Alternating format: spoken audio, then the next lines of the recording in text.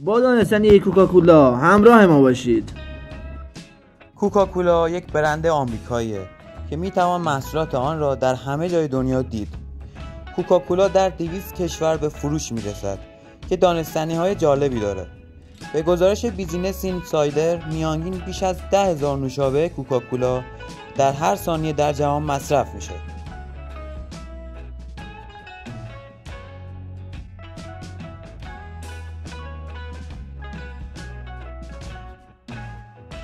علیرغم ضررهایی که داره، از محبوبیت بالایی برخورداره و به همین دلیل برندهای نوشابه در جهان کم نیستن. در ادامه می‌خواهیم حقایقی در مورد شرکت کوکاکولا در اختیار شما بذاریم که به احتمال زیاد قبلا آنها را نشنیدید. کوکاکولا در سال 1886 توسط داروساز آتلانتایی به نام جان پمبرتون اختراع شد. جالبه بدونین نام محصول به اصرار فرانک رابینسون کتابدار انتخاب شد. او با خط خود نام کوکاکولا را نوشت و آن را به لوگویی که امروز می‌بینید تبدیل کرد. جالبه بدونین کوکاکولا در قدم اول با عنوان نوشیدنی تقویت کننده ذهن و برطرف کننده خستگی معرفی شد. آگهی که مشاهده می‌کنید در سال 1886 میلادی منتشر شده. نخستین محصولات کوکاکولا دارای کوکائین بودند، اما تنها 9 میلی گرم در هر لیوان. در آن زمان کوکائین به عنوان جایگزین الکل شناخته میشد و برای درمان اعتیاد به تریاک کاربرد داشت. این ماده از سال 1903 میلادی دیگر در محصولات کوکاکولا استفاده نمیشه. همینطور جالبه بدونید 1.9 میلیارد عدد از 57 میلیارد نوشیدنی که روزانه در جهان سرو میشه تحت نام و برند کوکاکولا تولید میشوند. محصولات این شرکت بیشترین آمار توزیع را در دنیا دارد و تنها 2 کشور از محصولات کوکاکولا را استفاده نمی‌کنند. این 2 کشور کشورهای کوبا و کره شمالی میباشد. تنوع محصولات این شرکت به حدی است که اگر روزانه 1 عدد از آنها را مصرف کنید بیش از 9 سال طول خواهد کشید تا تمامشان را امتحان کنید.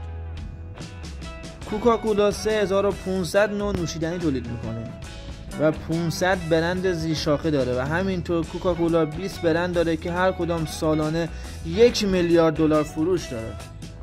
ارزش کوکاکولا 83.8 میلیارد دلار برآورد میشه. بیشتر از برندهایی مثل سابوی، پپسی و KFC. یک آمار جالب هم نشون میده مکزیکی‌ها بیشتر از هر مردم دیگری در دنیا محصولات این کشور را مصرف میکنند. آنها سالانه 745 عدد از محصولات کوکاکولا را میخرند و آمریکایی‌ها 401 بار انجام میدهند. نکته جالب دیگه اینه که کوکاکولا مدعی است که مفهوم کوپن توسط این شرکت ابداع گشته.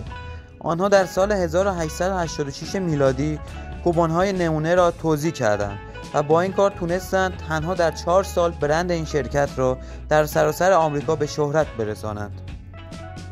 قبل از اینکه ادامه موضوع رو براتون بگم، ما رو سابسکرایب کنید و لایک رو بکوب. سابسکرایب کنید. بین سالهای 1886 تا 1914 هر 10 عدد نوشیدنی با یک محصول رایگان همراه میشد. در سال 1985 کوکاکولا نخستین نوشیدنی لقب گرفت که توانسته در فضا راه پیدا کنه. فضانوردان قوطی‌های این شرکت را در سفینه شاتل تست می‌کردند.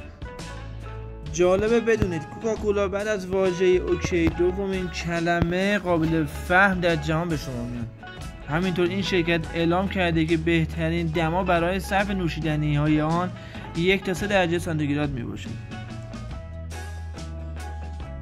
ما رو لایک کنید، کامنت انگلیسی بذارید که صحبتون نریزه، سابسکرایب کنید، اون زنگوله بغلم بزن که وقتی ویدیو گذاشتیم برات ارسال بشه. ممنون که ما رو همراهی میکنید.